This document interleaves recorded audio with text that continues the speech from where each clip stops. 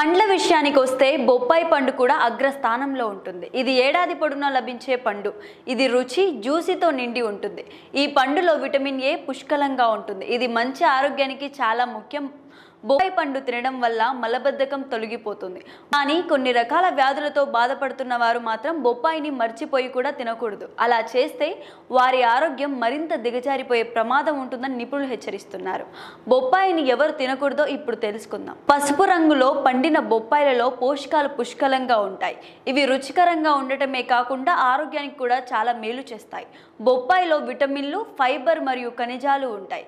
ఇవి శరీరానికి మంచి పోషకాలను అందిస్తాయి. రోజు తినడం వల్ల ఊబకాయం నియంత్రణలో ఉంటుంది.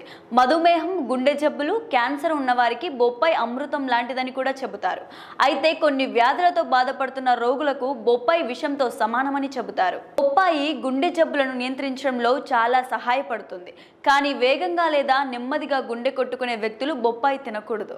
బొప్పాయిలోని కొన్ని భాగాలు గుండె దడకు కారణమవుతాయి. కిడ్నీలో రాళ్ళు ఉన్నవారు బొప్పాయి తినకూడదు. బొప్పాయిలో విటమిన్ సి ఉండటం వల్ల మూత్రపిండాల్లో రాళ్ళు వచ్చే ప్రమాదం పెరుగుతుందని చెబుతారు.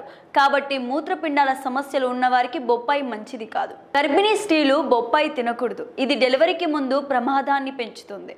దానిలోని కొన్ని పదార్థాలు ప్రసవ నొప్పులను రేకెత్తిస్తాయి. దీని కారణంగా అబార్షన్ అయ్యే ప్రమాదం ఉందని నిపుణులు హెచ్చరిస్తున్నారు. అయితే తక్కువ పరిణామంలో తినవచ్చు అంటున్నారు. అయితే ఎక్కువ మోతాదులో తినకూడదని హెచ్చరిస్తున్నారు.